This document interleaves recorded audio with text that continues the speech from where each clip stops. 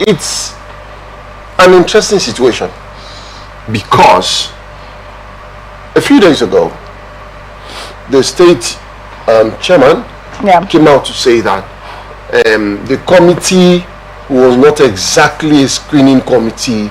They were working in an advisory status to, talk with the aspirants and all whatnot. But a few days earlier, last week, this committee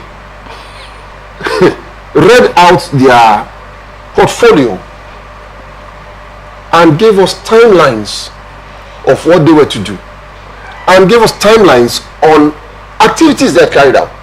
They had screened, pruned down to 10. From 10 they had gone to 6. From 6 they released a final list of 4 aspirants who were to go to the primaries. They published statements from the various aspirants who had said they have considered, they will throw in their support behind so and so. Some have appreciated the party leader, Adams Oshomole, for intervening, and out of respect they have for him, they are withdrawing their candidacy. They are stepping away. They are going to support so and so other candidates. And here we are now. Well, all through, I must put in place the fact that all through that process of screening, pruning down, coming to a final 4, Iyamu, Iyamu was never part of it. He had been silent. That was Clem Agba, the former minister. Yes, but silent about it, And here they've come to speak. What? I'll come to you, comrade. This is the APC. One more time. I mean, I'm trying not to talk about River State and the APC situation here, but this is the APC as well in Edo State, and it looks like the party is crumbling at its seam. A few weeks ago we were satirical about Damagom's stance in PDP, saying he's not going to war with anybody. His primary intention is to hold the party together, regardless of the claims and counterclaims of anti-party activities from some quarters leading to the 2023 elections and thereafter. Damagom says, I want to hold this party together first. There will come a time when we will go to war and clean our house, but it's not now. But here is the APC, which is supposed to be the ruling party, which is supposed to be the stronger party, that have been promising some states emancipation and popularity and coming to give them freedom and independence. But the APC seems to be imploding. Now my question is, will this party honestly survive itself when you look at all that is happening with the APC right now? Thank you very much.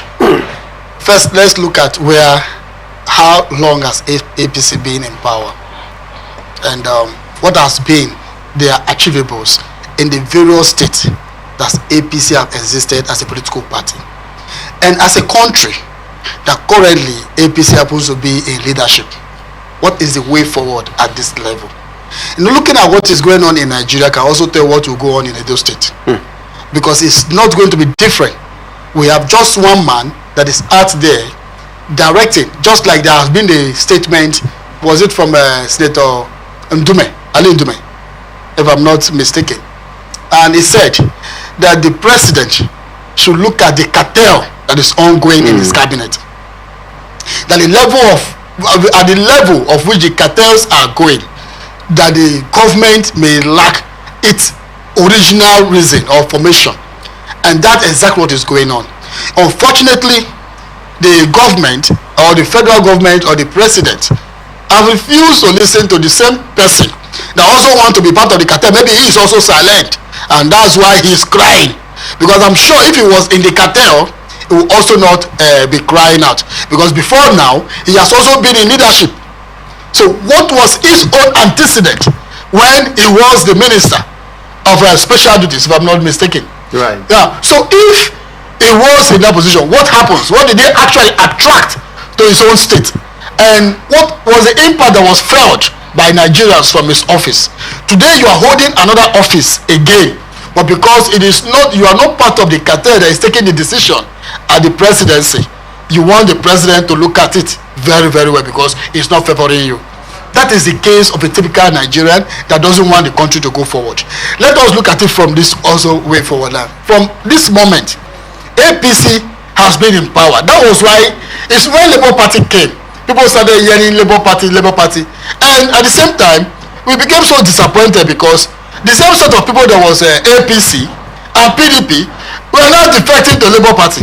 Though at the moment we can also have a case, at least Alex Oti in Abia State is trying to make a difference to prove that Labour Party would have actually make a difference because of his own way of going about it.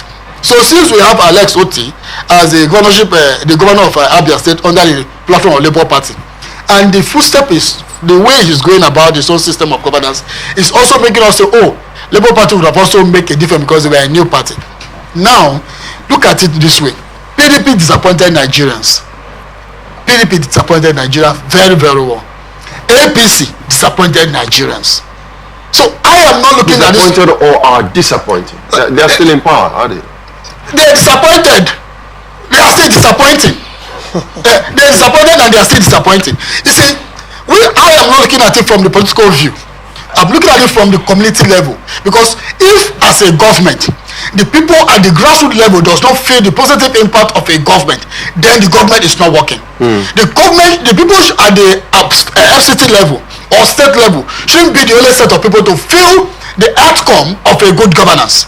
When the positive system is not felt by the people at the community level, then the government is actually not working. Now go to Edo State and then see what is playing out in Edo State. I have said it before that in Edo State, Benin City used to be known as the ancient city. For how long will Benin City becomes an ancient city?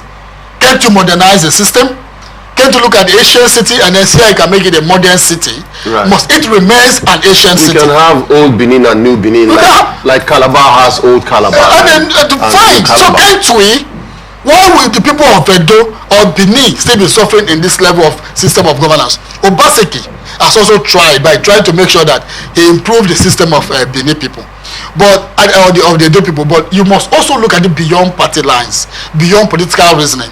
The only problem we're having now is that every policy we make in this country is based on party lines and based on politics. The policy is not based on how it affects the human being and the welfare of the people positively. Right. And that's why we are going this backward every day, because we center our policy based on politics and then party. So when our policy is based on party and politics, it becomes totally politics. Just like my brother said before, it is not time for people to start galvanizing support for this or for that. 2027 is so much ahead. So why are you preparing for election now? Why don't you give to the people what they have given to you, or give back to the people? Why are you not thinking of how to start GDI, start galvanizing support, start making rally, going around doing rally as if there's election next year? Even the local government chairman that we have today in Rivers State, a lot of them may not return. Some will go back home. Some will be arrested, or some will also be, EFCC might invite some of them. So what are you busy doing rally around when the election has not been conducted? You are not even thinking about local government election, because up till now there's no primary. So if up till now there's no primary and there's a constitutional guideline for the primaries, and up till now primaries has not been conducted, then what is the possibility that there will be a local government election? That is the first thing to look at. So now if the Edo people wants to have a new system of government, and then we are looking at it based on how it will affect the Edo people, then the president has to try his best and to think of how to call his party leaders, especially the party chairman, address the issue in the party. A lot of people are not happy about APC today. Why are they not happy? Because PDP are in government in APC. Why those that are supposed in PDP are in PDP and also in APC.